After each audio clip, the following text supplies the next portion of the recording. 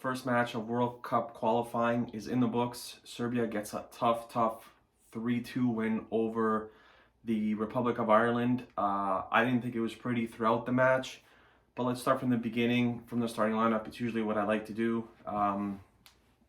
Two really big surprises, I would say, at least for me. And that was Lukic starting in the midfield, and he started with Rakic. So what I said actually came true with Rakic starting, and I thought, he deserved that, playing very well for Valencia. And Milan Gajic, Red Star's own, starting as well.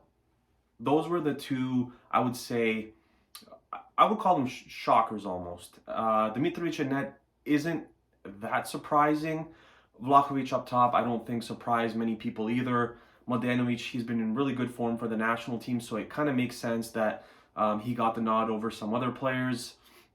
And the first half altogether was very sloppy, even though Serbia ended up going in with a 1-1 draw at the time. But the goal that they gave away was just too easy. Mladenovic gets outjumped by Brown. I get it, but Brown is almost the same size, if not smaller, than Mladenovic, so he has to time his jumping much better than he did on that goal. And Mitrović was just, he couldn't have stopped that ball. Vlahović had minimal touches in the first half. Đuričić had minimal touches, I would say. Tadić, as the half kind of proceeded, I thought that he did a better job of opening up and demanding the ball and making something happen. So as the match went on, he literally got better and better and better. And it's something, honestly, that we're used to. Where would the national team be without him, honestly? And I really don't know. He has been such a gem for the national team for X amount of years. It's probably 3 or 4 years now where he's been playing at a very, very high level. And honestly, I don't know where we would be. So Tadić started pulling strings later on. So at the end of the first half, we had 70% possession and 9 attempts on goal, and Ireland just had the one, which they obviously scored from. The second goal, the pass from Tadić to Mitrović was outstanding, was on the money. And the goal, I didn't even know Mitrović had that in his arsenal. Lobs the goalie from about 22 yards out. I'm not sure what the goalie was doing up that high anyways. I get that it all kind of happened quickly, like they're at the halfway line, and then within felt like it was half a second, the ball was in the back of the net. But again, Tadic's smarts really set that goal up.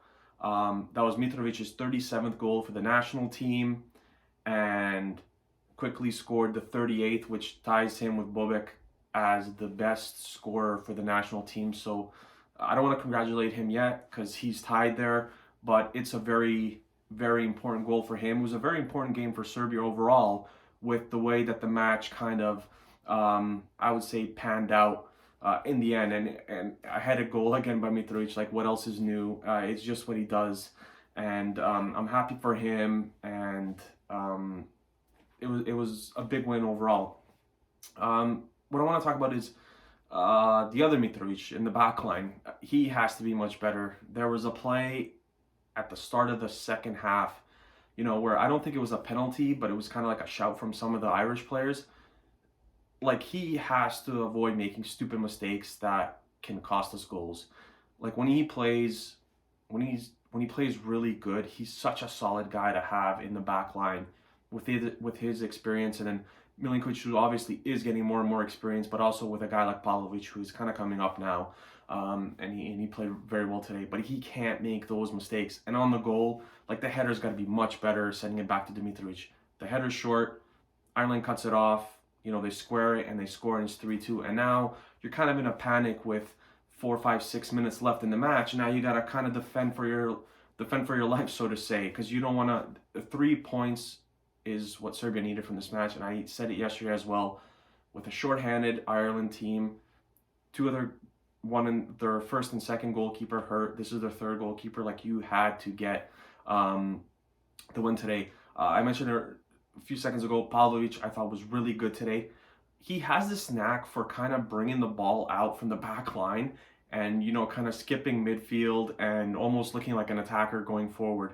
It's just something to keep an eye on. Like, I even noticed that when he used to play for Partizan, he used to do the same thing. He used to kind of take the ball from the last line, and if you give him space, he's going to take it. Whereas most center backs, might want to pull it back and then look for their midfielders to kind of look for a guy like Tadić to distribute the ball, and then Tadić does whatever he thinks is best with the ball. But it's something to watch, and the important thing is, I think that for a defensive midfielder to kind of get back and cover for him, because if somebody does cut that ball off, then you're kind of left in a bad position, because then they hit you on the counter attack, and then you're all out of sorts, which I think we did very well today. 3 assists for Tadić again. He kind of picked up where he left off. The Norway match, I think it was a Norway match, he actually wasn't that great, and it was kind of everyone else chipped in for Tadić, and I mean, you have to do that. He's going to have one bad game in 10 or 11 matches, so it's important that other guys kind of pick him up. Filip Đuričić was very quiet today, so going forward, maybe he doesn't start the next match against Portugal, which is in, I believe, Saturday, so you only get 2 days of rest, and then there's another match.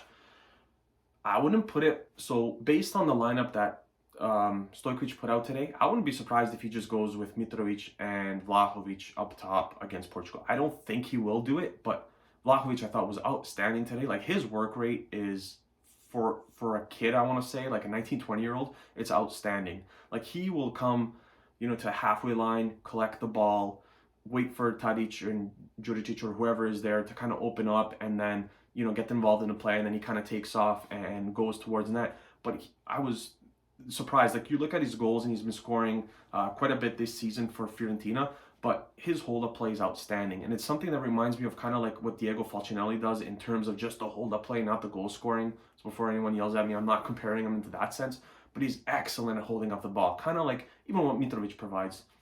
Just a strong boy, strong on the ball, scoring a goal today. I hope that does wonders for him going forward, because it looks like it's going to be him and Mitrović kind of battling it out, and that's no respect to Luka Jovic, but it looks like it's going to be him or Mitrović battling for that starting spot. So like I said, I wouldn't be surprised if this turns into like a 3-4-1-2 where Tadić is behind the strikers and you have Mitrović and Vlahović up top. I don't think that's what it's going to be. I think it might be a 4-2-3-1 come Saturday when we play Portugal. So Portugal beat Azerbaijan only 1-0 today. So that's something kind of to keep an eye on. And there's some surprise results today. If you want to, you guys can look that up. But there was a lot of surprise results today with Croatia even losing. I think it's going to be more of a traditional 4-2-3-1. Like, Milinković-Savić didn't play today. Mihajlo Ristic didn't play today. Radonjić didn't play today. These are all players who have played fairly well for the national team in the last 3 or 4 matches. Now, is he saving them for Portugal, or maybe he just didn't use them because he didn't think that they could fit into kind of what the game plan was? We'll see in 2-3 days' time for when we take on Portugal. But against Portugal is going to have to be much better than this. They have one of the best squads in the world, actually. They have one of the best squads in Europe for sure, but even in the world, when you take into consideration Brazil and all these other teams, Argentina and what have you, they're outstanding. It's going to have to be much better than what it was today. We have to create many more chances. It feels like we had 3 chances and we scored 3 goals, and I know that's like a 100% conversion rate, but you have to create more going forward. Guerreiro, I believe, is injured for Portugal. Rui Patricio is out, and I think Pepe is out. So that's kind of a blow to the back line. Like, that's 3 guys that they're kind of depending on, and 3 guys I believe who are in the starting lineup. So something to think about going forward. But with Portugal as well, they're one of the deepest teams. So even if they substituted their entire starting 11 today and they start a complete 11 players against Serbia, it's going to be a very tough matchup. So today's 3 points was essential. It's what we needed. We gave up 2 goals to a team that scored 1 in, I believe, 8 or 9 matches. You can't have that happen, because you're going to face Portugal and they got guys all over the pitch who can score. So happy to get the 3 points, but definitely not happy with how the national team played. So we go on from here and we wait for Portugal.